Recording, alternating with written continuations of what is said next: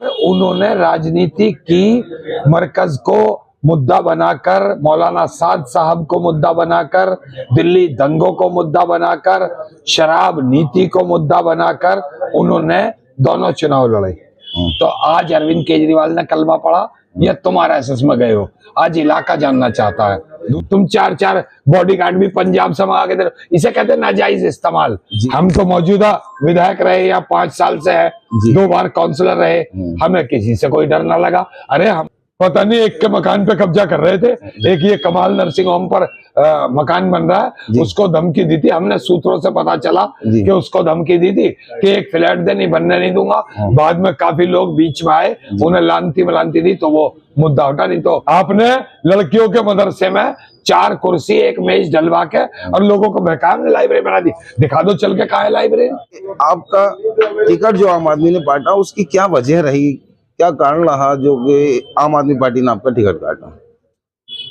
देखिए, मेरा बोलना अपने इलाके के कामों के लिए बोलना, सदन में बार बार स्कूल को लेकर, अस्पताल को लेकर आवाज उठाना नागवार गुजरता था उनको, क्योंकि वहां डिक्टेटर की मर्जी के बिना स्क्रिप्ट मिलेगी तो बोलोगे, नहीं तो नहीं बोलोगे। देखिए, हमारे पास तो सिर्फ विकास का मुद्दा होता है जी, और जो काम डिक्टेटर के रहते न हो सके, क्योंकि उन्हें फुर्सत ही नहीं थी ठीकरा फोड़ने से एलजी पर और मोदी सरकार पर, उन्हें फुर्सत ही नहीं मिली। कभी काम की बात करो तो उनका मूड खराब हो जाता था। अब इंशाल्लाह कांग्रेस में रहेंगे तो उन कामों को भी पूरे कराएंगे और जो भी इलाके की जरूरत है उन सबको पूरा करेंगे। हालांकि अल्लाह का शुक्र है, जितने काम हमें 2 साल का मौका मिला है, क्योंकि 2 साल कोरोना में, 1 साल दंगों में चले गए, तो जितने काम किए हैं वो इतने हैं कि वो 21 साल में नहीं कर पाए होंगे उतने काम। नेताजी, मरकज को लेके बार बार सीलमपुर विधानसभा में राजनीति रहती है, तो ये बार बार मरकज को बीच में क्यों लाया जाता है, क्या वजह रही इसमें? सर, हम नहीं ला रहे हैं मरकज को बीच में। मरकज पर उन्होंने राजनीति की, मरकज को मुद्दा बनाकर, मौलाना साद साहब को मुद्दा बनाकर, दिल्ली दंगों को मुद्दा बनाकर, शराब नीति को मुद्दा बनाकर उन्होंने दोनों चुनाव लड़े। आज इलाका ये जानना चाहता है उनसे कि जब तुम कल आरएसएस का छोटा रिचार्ज बताते थे, कल तुम जो है शराब नीति को लेकर के विरोध कर रहे थे, कल तुम मौलाना साद साहब पर मुकदमा कराया बता रहे थे, कल तुम मरकज में ताला लगवाया बता रहे थे, दिल्ली दंगों में नहीं बोला बता रहे थे, तो आज अरविंद केजरीवाल ने कलमा पढ़ा या तुम आरएसएस में गए हो, आज इलाका जानना चाहता है। दूसरी बात, इलाके की जनता बाखूबी समझ चुकी है, अब बहकाए में आने वाले नहीं यार। कांग्रेसी थे यहाँ सब, यहाँ टोटल कांग्रेस थी। ये कांग्रेसी कुछ दिन के लिए भटक गए थे हम, और भटक कर आम आदमी पार्टी में चले गए थे। कांग्रेसी जनों ने घर वापसी की है और इंशाअल्लाह यहाँ कांग्रेस, अल्लाह ने चाहा तो पूर्ण बहुमत जीतेगी और अल्लाह ने चाहा तो दिल्ली में भी कांग्रेस की सरकार बनने जा रही है। असल मुस्लिम समुदाय का वोट बहुमूल्य वोट है इस क्षेत्र में, जिस तरह से अगर देखा जाता है तो बार बार मुस्लिम राजनीति, मुस्लिम और हिंदू राजनीति लेकर के चलते हैं सारे नेता। मैंने भी कहा मरकज को मुद्दा बना रहे थे लोग बार बार, आज फिर दोबारा मरकज बीच में आ गया, मौलाना साद बीच में आ गए, तो आखिर चौधरी जुबैर और चौधरी मतीन का आम आदमी पार्टी में जाना कितना उनको नुकसान पहुंचा सकता है सीलमपुर विधानसभा में? सर, ये तो वक्त बताएगा उनको कितना, क्योंकि आज लोग बहुत ज्यादा नाराज हैं। लोग ये कह रहे हैं कि जब हमने तुम्हें कांग्रेस से जिताया, अब 3 चुनाव तो अभी रिसेंट गए, आप देख लीजिए। पहला मेरे चुनाव के बाद में बाई इलेक्शन हुआ, लोगों ने 20,000 वोट दिया, 5,000 आम आदमी पार्टी को मिला। दूसरा इलेक्शन हुआ कॉर्पोरेशन का, लोगों ने 22,000 वोट दिया, 5,000 आम आदमी पार्टी को वोट मिला। और तीसरा इलेक्शन एमपी का हुआ अभी रिसेंट, लोगों ने 90,000 से ज्यादा वोट दिया यहाँ सीलमपुर के मुसलमानों ने, और सीलमपुर विधानसभा ने 90,000 से ज्यादा वोट दिया और भाई साहब 53,000 के करीब जिता करके यहाँ से भेजा। अच्छा, जैसे कि अभी नरेश यादव को 2 साल की सजा हुई थी, आम आदमी पार्टी के विधायक हैं वो, उसके ऊपर भी आपने मुद्दा उठाया, तो ये मसला तो बहुत पहले का था, इस पर मुद्दा अभी क्यों उठाया जा रहा है? ये कब का मुद्दा था?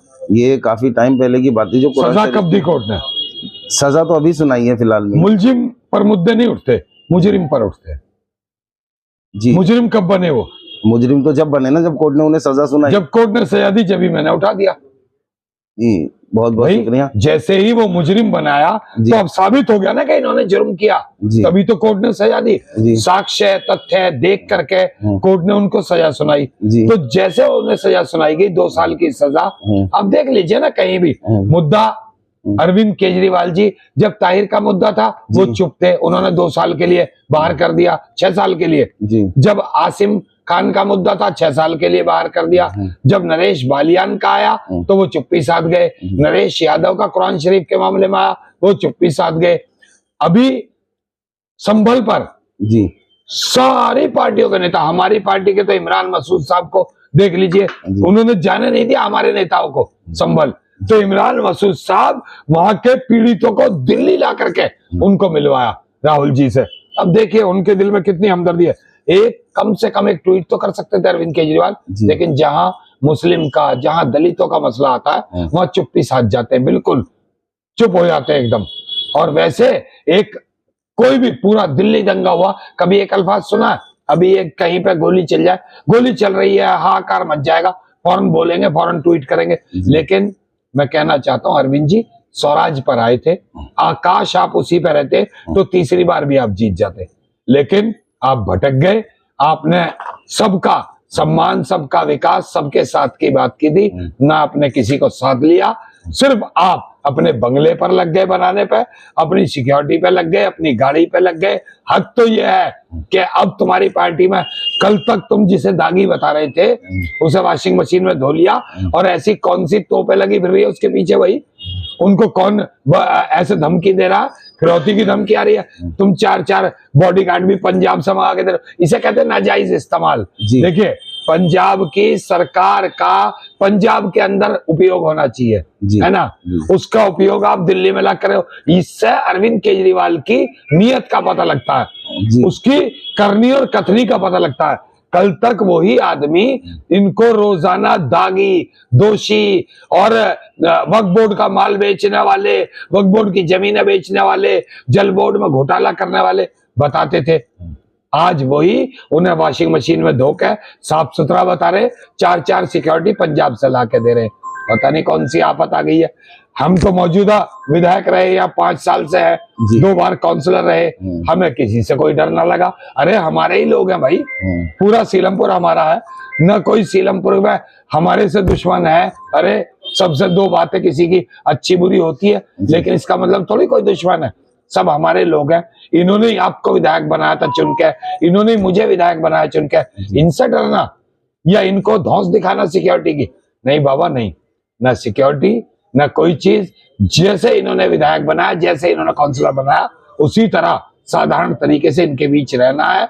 न इनको धौंस दिखानी है, न इनको बंदूक वाला दिखाना है, न सिक्योरिटी वाला दिखाना है। आम आदमी की तरह इनके बीच रहकर काम करना है। चौधरी जुबैर और चौधरी मतीन का ये कहना है कि हम कांग्रेस से भी चुनाव जीत रहे थे, तो आखिर पार्टी बदलने की क्या वजह रही, किस नजरिए? ये सवाल तो आपको चौधरी मतीन साहब से और नहीं, आप किस नजरिए से देखते हैं? मैं इस नजरिए से देखता हूं कि न उन्हें कल उम्मीद थी, अगर उन्हें जीतने की उम्मीद होती, एक बेअकल आदमी भी समझ लेगा, तो वो आम आदमी पार्टी में नहीं भागते। जी भागते क्या? उन्हें लग रहा था कि जनता उनको जिता ही नहीं रही, लेकिन जगह जगह तो वो मीटिंग में यही बोल रहे हैं ना कि हम कांग्रेस से भी जीते हुए हैं। आप जो है जस्टिस पार्टी का टिकट किसी को दिलवा दीजिए, वो ये कहेगा मैं हार रहा हूँ, वो ये कहेगा मैं जीत रहा हूँ, मैं जीत रहा हूँ, मैं जीत रहा हूँ। वही वो भी कर रहे हैं। अगर उन्हें ये जरा सी भी उम्मीद होती कि हम, जबकि यहाँ से कांग्रेस जीत रही थी, लेकिन उन्होंने काम, उन्होंने जो काउंसलर बनने के बाद लोगों से वादे किए, एक भी काम वो नहीं कर पाए। जो उन्होंने कहा कि फजर से पहले कूड़ा उठा मिला करेगा, नहीं उठा आज तक भी। उन्होंने कहा हर गली पे 2 कर्मचारी मिलेंगे, नहीं मिले। उन्होंने कहा 300 कर्मचारी, 150 गलियां, हर गली पे 2 कर्मचारी। उन्होंने कहा हर गली पे हाजिरी का रजिस्टर रखा होगा, आप लोग खुद हाजिरी भरो, गली वाले खुद हाजिरी। उन्होंने कहा वो लाइब्रेरियां बना के दूंगा, कुछ हुआ? अच्छा, लाइब्रेरी का तो एक नेशनल मुद्दा था, नेशनल टीवी पे उन्होंने कहा था कि लाइब्रेरी बना के देंगे, कहाँ है वो लाइब्रेरी? पता नहीं एक के मकान पे कब्जा कर रहे थे, एक ये कमाल नर्सिंग होम पर मकान बन रहा है, उसको धमकी दी थी। हमने सूत्रों से पता चला कि उसको धमकी दी थी कि एक फ्लैट दे, नहीं बनने नहीं दूंगा। बाद में काफी लोग बीच में आए, उन्हें लानती मलानती दी तो वो मुद्दा उठा। नहीं तो उसको कह रहे थे मुझे एक फ्लैट चाहिए। अरे भाई, कोई अपना मकान बना रहा है, आप उसमें कैसे फ्लैट ले सकते हो? आपका अल्लाह ने 200 गज का घर दिया, अपने घर पर एक मंजिल डालिए, बच्चों के लिए लाइब्रेरी बनाइए और उस जमीन को खाली बहकाइए मत। आपने लड़कियों के मदरसे में 4 कुर्सी 1 मेज डलवा के और लोगों को बहकाया, हमने लाइब्रेरी बना दी। दिखा दो चल के कहाँ है लाइब्रेरी, कोई दिखाओ मुझे चल के। लेकिन आप ऊपर के एक फ्लोर को वक्फ कीजिए, वक्फ हो जाएगा तो वो वक्फ की प्रॉपर्टी हो जाएगी और फिर आप उसमें लाइब्रेरी खोल के दीजिए।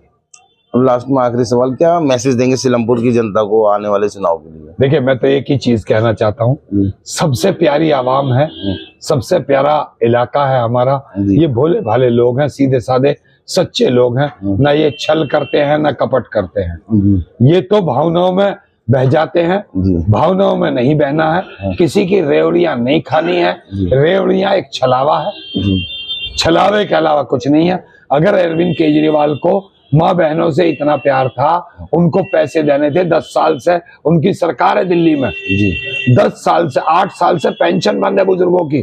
कहते कहते लोग बुढ़े हो गए, बहुत सारे लोग दुनिया से चले गए। उन्होंने पेंशन कब लागू करी? अब भी 1-1 हजार दिए, अभी हजारों हजार लोग हर विधानसभा भटकते फिर रहे, नहीं खोली।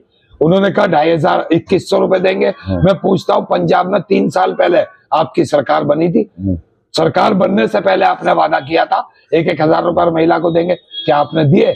जब आप वहां नहीं दे पाए तो यहाँ तो तुम कहते हो एलजी काम नहीं करने देता, मोदी काम नहीं करने देता, अमित शाह काम नहीं करने देता। जब तुम वहां नहीं कर पाए, यहाँ क्या खाक कर पाओगे? और मैं तो सच्चाई कहता हूँ कि साल के 365 दिन में से 300 दिन आप एलजी, धरना, प्रदर्शन, रोना, पीटना, मोदी, अमित शाह ये करते हो। आपने भी देखा होगा, आप मीडिया कवर करते हो तो आप देखते हो भली भांति 65 दिन काम के होते हैं।